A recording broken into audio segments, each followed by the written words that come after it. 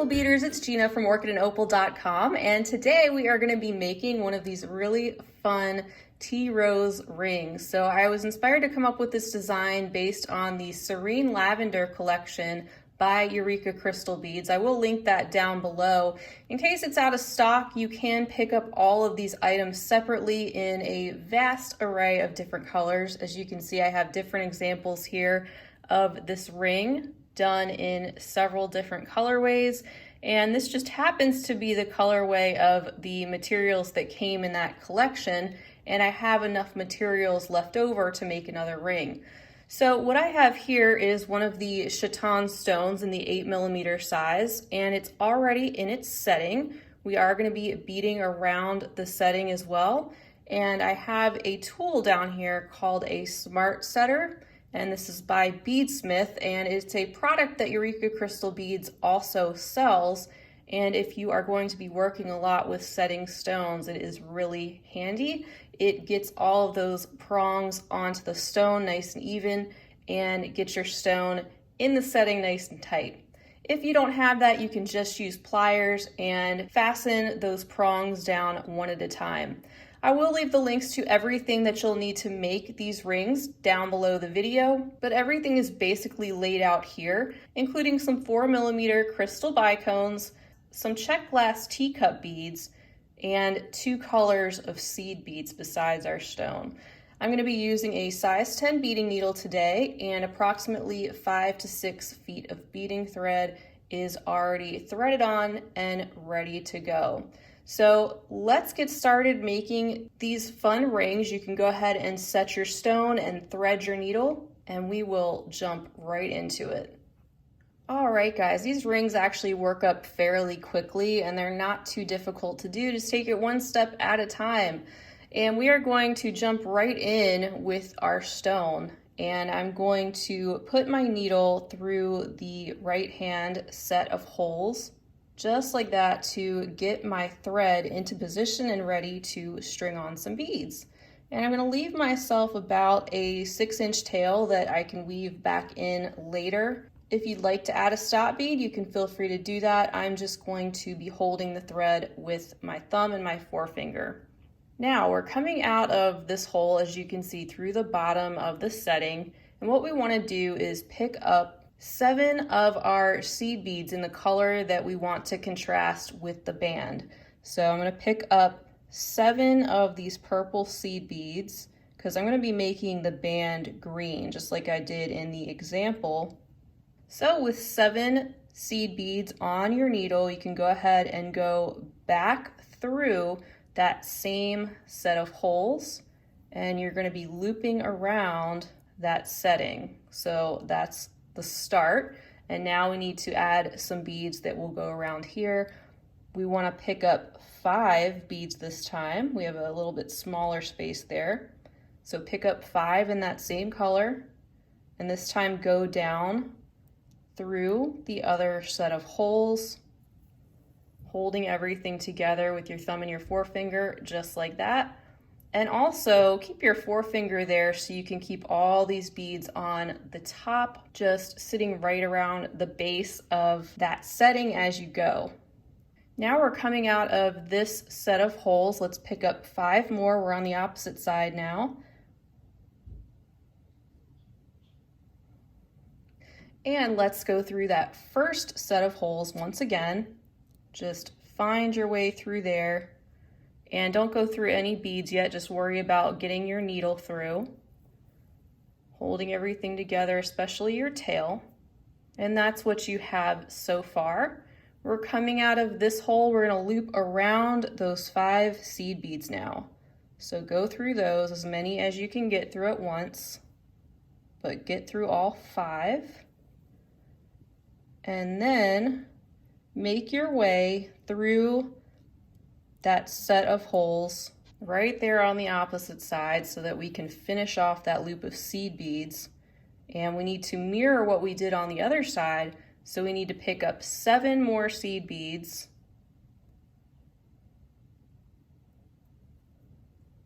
And this time, let's go back through that same set of holes and not go through any seed beads, just go through the setting. And this is what we're looking at. So I'm coming out of that set of holes over here.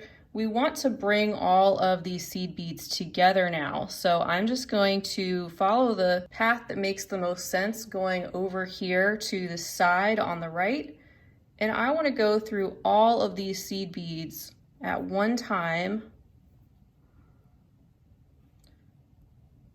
Like I said, just joining them all together and keeping your forefinger there at the base so that these beads are all sitting right around the base and not getting lost underneath the bottom of the setting.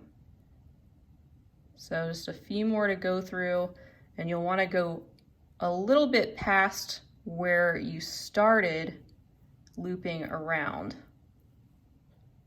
So go through here, and I started at this point, and I'm going to go through just the first 3 seed beads on this side. So this is the side that had 7 seed beads strung on. And we actually want to leave the 4th one open at this point, because what we're doing is we're creating a little peak right here on the side, and we're going to be creating 4 peaks, one on each side. So just go through the first 3, skip over the 4th, and go through the next 3 on that side. And if you can, go ahead and go through the first 2 of that next cluster of 5 at the same time. When you pull that, you can see that this little bead number 4 pops out and sticks out a little bit. I'm just giving this a little turn. And here we are at the section of 5. We went through the first 2, we're skipping over number 3, and this time going through the next 2. And when we pull that, once again, we get our little peak on that shorter side, turning a little bit and continuing through the first 3 seed beads on the opposite side of where we started our peaks, skipping over number 4 and going through the next 3. And like I said, if you can go ahead and go through the first 2 seed beads of that group of 5 as well. You may have to play with that to get your bead to stick out, but when you pull, you should see that point, and we just have a few more to go through. Going through the last 2 in that section of 5. And if you look at your work from the top down, you can see you've made this little diamond. You've got 4 peaks, and you want to make your way over to the next peak that you get to and go through that seed bead. You want to be coming out one of the peaks to start the next step. All right, so here's where the real fun begins. We get to start with our teacup beads, and we get to pick up our crystals. So we're basically going to be sewing from point to point to point all the way around in the following sequence. You can pick up 1 seed bead. I'm just going to do the purple, and then pick up one of your teacup beads and go through it so that you are coming out of the rounded side, just like that. Your little seed bead's kind of hiding under there. And then you want to pick up a bicone, and you want to pick up another teacup, this time going through the rounded side first, so it's going in the opposite direction. And you want to pick up one more 11-0 seed bead. So this is what you should have on your needle, and that is what you're going to be placing in each of those sections. So let's string that down and find our next peak, which is this one, and we're going to sew directly through that seed bead. We want to keep all of this on the top of our work. So as you go, make sure these sections are sitting on top of the seed beads and not curling underneath. So just if you keep your forefinger there on the back, it should keep everything facing in the right direction. I gave it a little turn, and we're going to repeat that step, picking up a seed bead, a teacup, a bicone, a teacup, and a seed bead. And once again, this is what I have on my needle, and I'm going to find the next peak and go directly through that seed bead, pull it nice and tight, and give it a little turn. That's what we have so far. Repeat that again, seed bead, teacup, bicone, teacup, and seed bead, finding the next peak and going directly through that. It's coming together. We have one more to go, so let's do it. Seed bead, teacup, bicone, teacup, and seed bead. And going through our last peak, which is this one. Don't get confused and go through the seed bead right before that teacup, because remember, we just put that one on.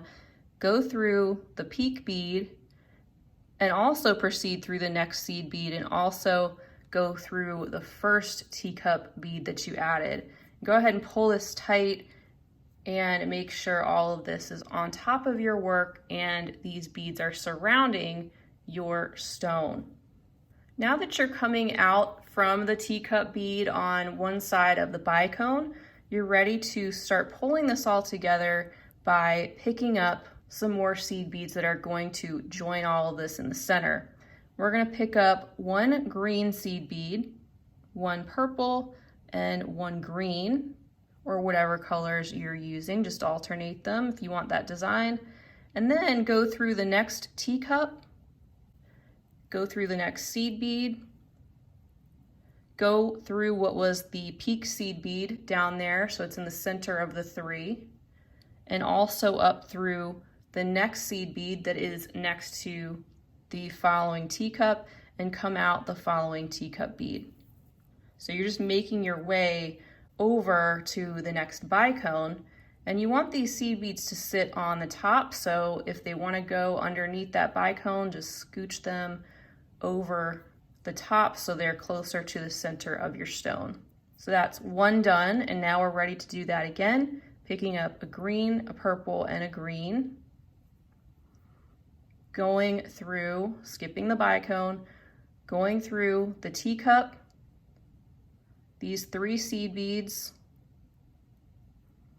made it through the center one, making sure your seed beads are sitting on top, going through the next seed bead and the next teacup. All right, repeat that again, and you're going to do that all the way around. So we've got two more to go. Through the next teacup, three seed beads, and the next teacup if you can get through all of those. Popping those up on the top and pulling as tight as you can within reason. And our final one, green, purple, green, through the teacup, through the seed beads, and out the teacup. And there we go. It's already looking pretty, right? All right, now you want to proceed through the next two seed beads that you had just added so that you're at the peak of that little group of three. You're coming out the second one. And this time you want to pick up a purple, a green, and a purple and go through the next peak of your seed beads. So I'm going through the next purple one there that is in the center in between the greens. Then I'm going to pick up a purple, a green, and a purple, and go through the next purple there at the next corner. And just keep pulling this together as you go. You want this to tighten all around your stone. And we need another set, purple, green, purple, going through that peak.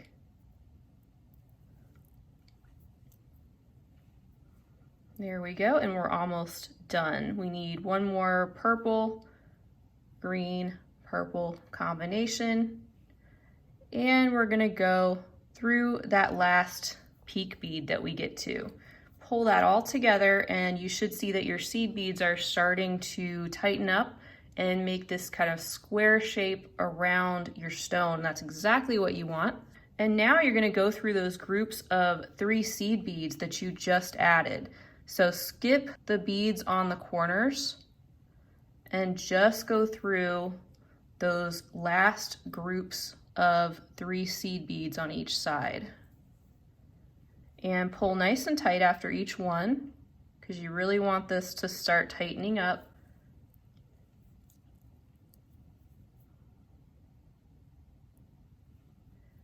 And it's my recommendation that you do this twice. Doesn't hurt to go around the top of the stone, and you're setting a little bit more to really strengthen the top of your ring. And each time you go through 3, give that a pull, and that gets you that nice, what will be a diamond shape at the top. Going through a few more, and then we have one more little step to complete before we start our band. All right, so I'm coming out of this purple one here. We want to make our way down to the teacups again, because we're going to be popping in 3 little seed beads in between each of those teacups. So it's going to look like little tiny leaves. So follow your thread path down the seed beads on the edge and come right out of one of your teacup beads. And if your needle also went through the seed bead, it's going to probably do that. Just put your needle back through that, because you just want to be coming out of the teacup beads if you can help it. And for my leaves at each of these sides, I'm going to choose the green color. So I'm going to pick up 3 of those and go directly up through the next teacup bead only. I'm skipping all of those seed beads and only going up the next teacup. And you can see that when we pull that, now we have these 3 little green seed beads right in between. Cute little detail. Something else I like to do at this stage to strengthen the piece even more is I don't go directly to the next group of teacups. I'm going through the bicone, but then I'm going to go up through these 2 seed beads, through the next seed bead on the side, and then back through the bicone again, and pull and tighten as I go, and then come out the next teacup bead. And once again, if your needle goes through that seed bead right there, which it's probably going to want to do, just back your needle back out of that, and you're ready to add 3 more seed beads right in between the teacups. So I'm picking up 3 and going through the next teacup bead. Okay, so I went through the teacup and now I'm going through the next bicone, and I want to reinforce this section, so I'm going back through those 3 seed beads that are around the bicone, as many as I can get through at a time, and then back through that bicone again to get into position, and through the next teacup bead.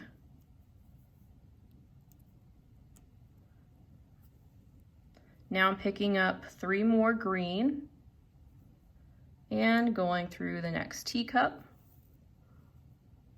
making sure that those don't get twisted. Go through the bicone, swing your needle around through those 3 seed beads, back through the bicone, and down through the last pair of teacup beads. All right, this is what we have so far, and I'm putting in the last 3 green in this section. And I still want to reinforce this next side, so I'm going through the bicone and once again just swinging around 1 time. And back through the bicone and through the teacup. And this time you can go down through those seed beads right next to the teacup, because we're just going to be making our way to the bottom of our piece. So follow your thread path down through the beads on the side to get to this very bottom section. Now here's where you can decide how you want your ring to be sitting. You can either have it like this on your finger, or you can have it like this, like more of a square. So diamond or square, it's totally up to you. Let's go with the diamond shape today. So we need to have our band going from bicone to bicone.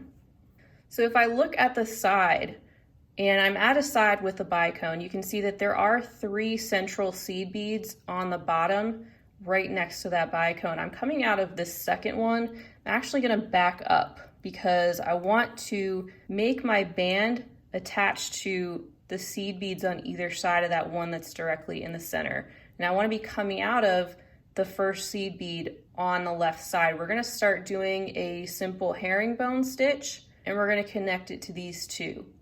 So like I said before, I'm going to make my band in green. I'm going to pick up 2 green seed beads, and I'm going to go down through that purple seed bead directly to the right of the one in the center.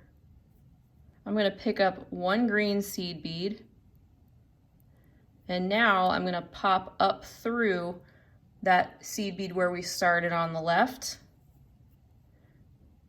We're popping that green seed bead right in there just to hide our thread, and we also want to go up the first green seed bead that we added. Let's also go back down through the second green seed bead and back up through the first. So now we're in our position to continue with our herringbone, and we want to pick up 2 more green seed beads, go down through the seed bead on the right and up through the 2 seed beads on the left. Pull that nice and tight, pick up 2 green seed beads, go down the one on the right and go up the 2 on the left. Pull nice and tight. Pick up 2 green seed beads, down through the one on the right, and you can even go down through more than one and then loop back up through as many as you need to. That's totally up to you, or you can do it one at a time and then strengthen the band at the end. So continue doing that, continue making the band as long as you need it in order for it to be able to wrap around your finger to where your strip is able to connect pretty close back to the other side. Once you've made your strip long enough, in the same manner, we're going to attach the other side to our ring and then reinforce it, and we will be all done.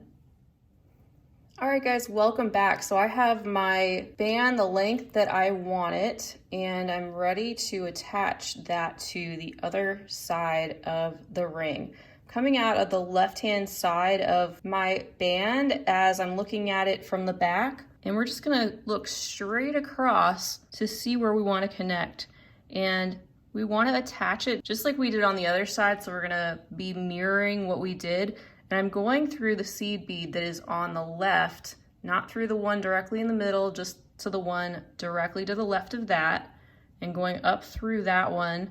We want to add 1 of our other seed bead. I'm going to add 1 green one, just like we did before, to hide the thread right in that section. And I'm going to head through the purple seed bead on the right in this direction toward my band. We want to give that a little pull, make sure that seed bead pops right into place.